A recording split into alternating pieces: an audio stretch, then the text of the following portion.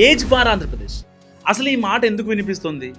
ఏపీలో ఉన్నోళ్ళు మాత్రమే ఎక్కువ మంది పిల్లల్ని ఎందుకు కనాలి? మూడో బిడ్డకి 30,000, నాలుగో బిడ్డకి 40,000 ఇస్తామని సాక్షాత్తు ఏపీ సీఎం చంద్రబాబు ఎందుకు చెప్తున్నారు? కొన్ని డాట్స్ కనెక్ట్ చేసుకునే ప్రయత్నం చేద్దాం.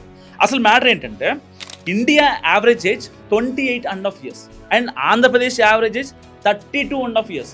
అంటే ఆల్మోస్ట్ టెక్నికల్గా 4 సంవత్సరాలు ఇండియా కన్నా ఏపీలో ఎక్కువగా ఉంది ఆ ఏజ్. సో ఇదే యావరేజ్ ఏజ్ కనుక ఇంకో 15 ఏళ్ళు 20 ఏళ్ళు కొనసాగితే రాష్ట్ర పరిస్థితి చేజారిపోతుందని చెప్పడంలో ఏమాత్రం సందేహం లేదు. ఒక రాష్ట్రమైనా ఒక దేశమైనా జనాభా స్థిరంగా కొనసాగాలి అంటే జననాల రేటు 2.1 మస్ట్గా ఉండాలి. సో ఇప్పుడేమో ఏపీలో జననాల రేటు 3.0 నుంచి 1.5కి పడిపోయింది. దీనివల్ల ఏంటంటే వచ్చే 10 ఏళ్లలో వృద్ధులు పెరుగుతారు. సో యూత్ సంఖ్య క్రమంగా తగ్గిపోతుంది. బేసిక్గా పింఛన్లు తీసుకునే వాళ్ళకన్నా కష్టపడి పనిచేసి దేశానికి రాష్ట్రానికి ట్యాక్సులు కట్టే యూత్ ఎక్కువగా ఉండాలి. సరిగ్గా ఇదే పాయింట్లో ఈ మరక ఏపీ మీద పడకూడదని, భవిష్యత్తులో రాష్ట్రం బాగుండాలని ఏపీ సీఎం చంద్రబాబు చెప్తుంటే కొంతమంది నానా రాద్ధాంతం చేస్తున్నారు. సో ఎవరన్ని కుట్రలు చేసినా ప్రజల్లోకి ఈ కాన్సెప్ట్ని చాలా బలంగా తీసుకెళ్తామని ఏపీ సర్కార్ చెప్పకనే చెప్తోంది. అయితే మూడో పిల్లాన్ని కంటే 30,000, నాలుగో పిల్లాన్ని కంటే 40,000 ఇస్తామని సర్కారు చెప్తోంది. సో ఇంత చెప్తున్నారు, బాగానే ఉంది. ఒకవేళ పిల్లల్ని కనకపోతే పరిస్థితి ఏంటి మాట్లాడుకున్నాం. జపాన్, సౌత్ కొరియా ఈ 2 దేశాలు ఇప్పుడు అల్లాడిపోతున్నాయి.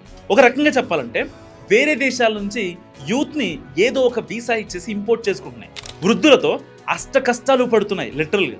సో యూత్ తక్కువ అయిపోయి వేరే దేశాల యువత మీద ఆధారపడాల్సిన దుస్థితి ఏర్పడుతుంది ఆ దేశాలకి. వృద్ధులు పెరగడం దేశానికి ఎంత నష్టమో, ప్యారలల్గా యూత్ తగ్గిపోవడం కూడా అంతకన్నా డేంజర్. ఎందుకంటే యూత్ జాబులు చేసి ప్రాపర్గా ట్యాక్సులు కడితేనే కదా వృద్ధులకు పింఛన్లని ప్రోత్సాహకాలని ఇవ్వగలదు ఏ గవర్నమెంట్ అయినా. సో అలాంటి సిచ్యువేషన్ మనకి రాకూడదని ఏపీ సీఎం చంద్రబాబు పిల్లల్ని కనాలని చెప్తుంటే, మీ సొమ్మేం పోయింది, మీరు కనమని చెప్తారు, బాగానే ఉంది, వాళ్ళ పరిస్థితి ఏంటి కన్న తర్వాత అని చాలామంది మాట్లాడుతున్నారు. సో దానికి కూడా ఏపీ సర్కార్ ఒక అద్భుతమైన ప్లాన్ రెడీ చేసింది. పుట్టిన ప్రతి బిడ్డకు 5 ఏళ్ల పాటు నెలకు 1,000 రూపాయలు, 18 ఏళ్ల వరకు ఉచిత విద్య, తల్లికి 12 నెలల పాటు మెటర్నిటీ లీవ్, తండ్రికి కూడా 2 నెలల లీవ్, అండ్ పిల్లల్ని కనడంలో ఏమన్నా ఇబ్బందులుంటే ఐవీఎఫ్ ట్రీట్మెంట్ కూడా గవర్నమెంటే చూసుకుంటుంది.